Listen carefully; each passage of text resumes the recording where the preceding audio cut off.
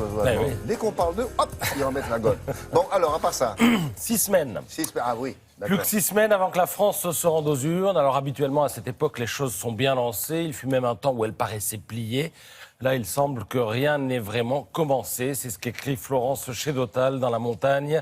Elle constate que les acteurs peinent à articuler leurs textes. Jusqu'ici, écrit l'éditorialiste, l'élection a été confisquée par un candidat maintenu sous assistance respiratoire par son camp et son électorat. Hier encore, un journal lui taillait un costard, ce qui finirait bien par lui dessiner un profil de martyr. François Fillon a rendez-vous mercredi avec la justice, mais on sait déjà que ce phénix de droite tracera sa route, quel que soit le poids de sa croix.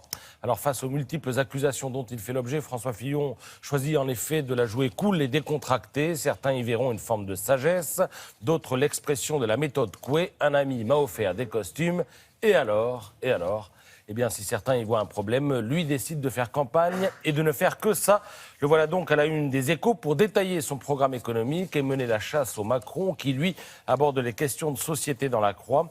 Il y a une place à prendre au second tour. Ce sera sans doute celle du futur président. Voilà pourquoi Fillon, comme l'écrit Cécile Cornudet dans la Croix, s'emploie à casser le mythe Macron pour en faire le candidat caché de François Hollande. D'ailleurs, certains de ses ministres le rejoignent.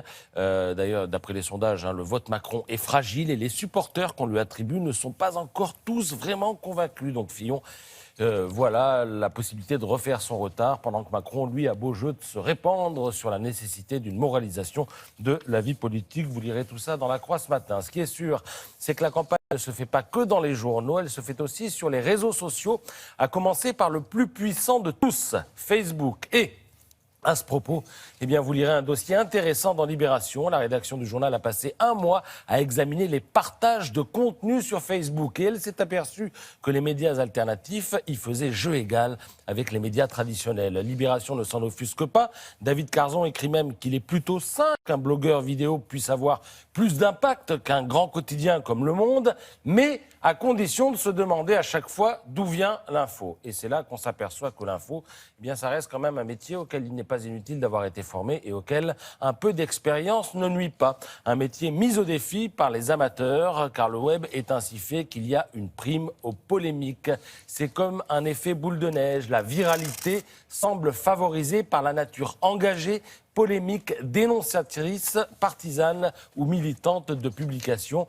L'exigence de neutralité et d'équilibre, normalement à la base des pratiques journalistiques des médias classiques, paraît être alors des avantages sur la plateforme. Ça, c'est pour la hiérarchie de l'info. Et alors, en ce qui concerne la vérification de l'info, là, c'est carrément n'importe quoi. Le réseau pullule de fake news, autrement dit d'âneries, qui en disent long sur ce que peut produire l'auto-formation journalistique des incompétents.